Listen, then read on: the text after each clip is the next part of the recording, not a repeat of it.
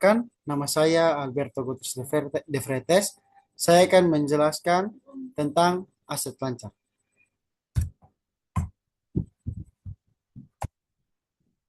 Kas dan setara kas.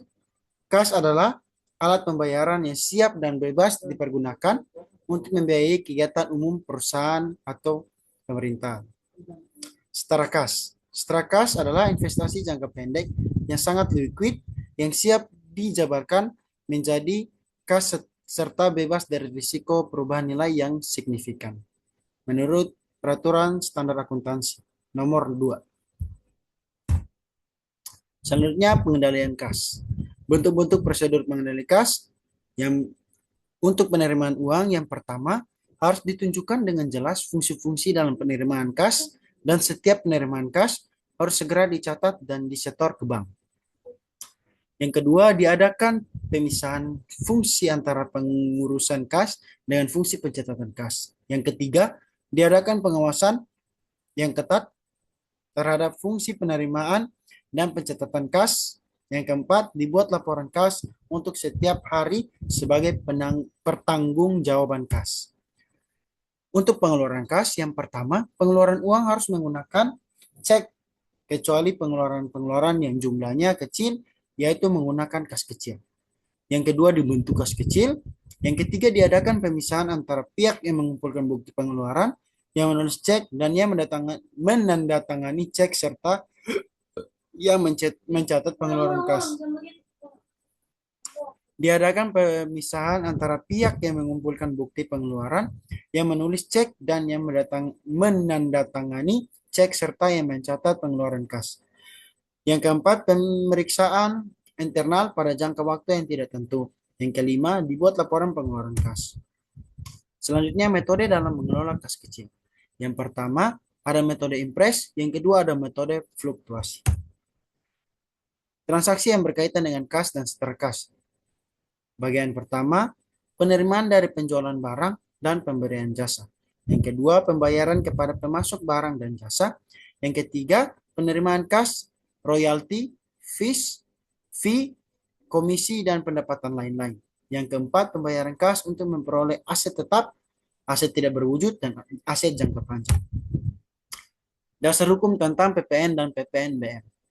Undang-Undang Nomor 42 Tahun 2009 tentang perubahan ketiga atas Undang-Undang Nomor 8 Tahun 1983 tentang PPN dan PPNBM. Undang-Undang Nomor 18 Tahun 2000 tentang perubahan kedua atas Undang-Undang Nomor 8 Tahun 1983 tentang PPN dan PPNBM. PP Nomor 143 Tahun 2000 tentang pelaksanaan Undang-Undang PPN tahun 2000. PP Nomor 144 tahun 2000 tentang jenis barang dan jasa yang tidak dikenakan PPN. PP Nomor 145 tahun 2000 tentang kelompok BKP yang tergolong mewah yang dikenakan PPNBM. Yang kedua, PP Nomor 146 tahun 2000 tentang impor atau penyerahan BKP dan JKP tertentu yang dibebaskan dari PPN.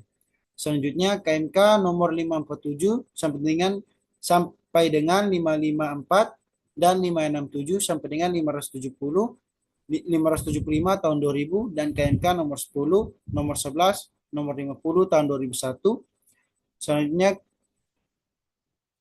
KEP DJP Nomor 522 sampai dengan 526 dan 539, 540, 546, 599 tahun 2000. Undang-Undang Pajak Penghasilan Nomor 36 tahun 2008, Peraturan Menteri Keuangan Republik Indonesia Nomor 244 garis miring PMK 03 garis miring 2008 tentang objek dan besarnya tarif PPh pasal 23. Penerimaan dari penjualan barang dan jasa. Ketika ada penyerahan atau pemanfaatan barang dan jasa kena pajak di dalam daerah pabean, maka perusahaan akan mencatat konsumsinya metode fisik, kas atau piutang dagang pada debit, penjualan dan PPN pada kredit. Ketika perusahaan menjual barang atau jasa yang tidak dikenakan pajak, maka perusahaan akan mencatat kas atau piutang dagang pada debit, penjualan pada kredit. Ketika perusahaan melakukan penjualan barang yang tergolong mewah, ini maka perusahaan akan mencatat kas atau piutang dagang pada debit, penjualan PPN dan PPNBM pada kredit. Ketika perusahaan melakukan pembelian barang yang tergolong mewah, maka perusahaan akan mencatat asumsinya metode fisik. Pembelian PPN dan PPNBM pada debit, kas atau piutang dagang pada kredit. Tarif pajak pertambahan nilai. Tarif PPN ada dua macam. Yang pertama, 10% untuk semua jenis penyerahan barang atau jasa kena pajak, kecuali ekspor. Jumlah ini dapat berubah sesuai diatur dalam peraturan pemerintah, serendahnya 5% dan setinggi-tingginya 15%. Yang kedua, 0% untuk ekspor. Hal ini dikarenakan tujuan pemerintah untuk meningkatkan sumber devisa negara. Tarif untuk PPNBM adalah tarif pajak penjualan atas barang mewah adalah paling rendah 10% dan paling tinggi 200%. Yang kedua, atas ekspor barang kena pajak yang tergolong mewah dikenakan pajak dengan tarif 0%. Pembayaran atas barang dan jasa. Perusahaan mempunyai kewajiban untuk membayar dan melaporkan PPh pasal 23 yang telah dipotong, maka perusahaan akan mencatat sebagai berikut. Biaya dividen atau sewa atau bunga pada debit, kas pada kredit. Mencatat pengeluaran dividen, sewa lainnya. Kas pada debit, hutang PPh pasal 23 pada kredit. Mencatat pemungutan PPh 23 pasal 23 adalah hutang PPh pasal 23 pada debit, kas pada kredit. Mencatat pembayaran PPh pasal 23 yaitu adalah PPN yang pembelian pada debit, PPN masukan pada debit, kas pada kredit. Selanjutnya penerimaan kas, royalti, fee, komisi dan pendapatan lain-lain. Ketika perusahaan menerima penghasilan yang berasal dari dividen, bunga, royalti, dan sebagaimana yang telah diatur dalam peraturan Menteri Keuangan, maka perusahaan akan dipotong PPh pasal 23 oleh perusahaan yang memberikan penghasilan tersebut. Oleh karena itu, ketika perusahaan menerima penghasilan ini, maka perusahaan akan mencatat sebagai berikut. Kas pada debit, pendapatan dividen atau pendapatan sewa atau pendapatan bunga pada kredit. Mencatat penerimaan pendapatan dividen, sewa lainnya, yaitu PPh pasal 23 dibayar di muka pada debit, kas pada kredit. Mencatat PPh pasal 23 yang dipungut. Selanjutnya pembayaran kas untuk memperoleh aset tetap, aset tak berwujud, dan aset jangka panjang lainnya. Yang pertama PPN, yaitu pada debit aset tetap dan PPN masukan, pada kredit yaitu akun kas. Piutang usaha. Definisi piutang menurut Ephraim Ferdinand G.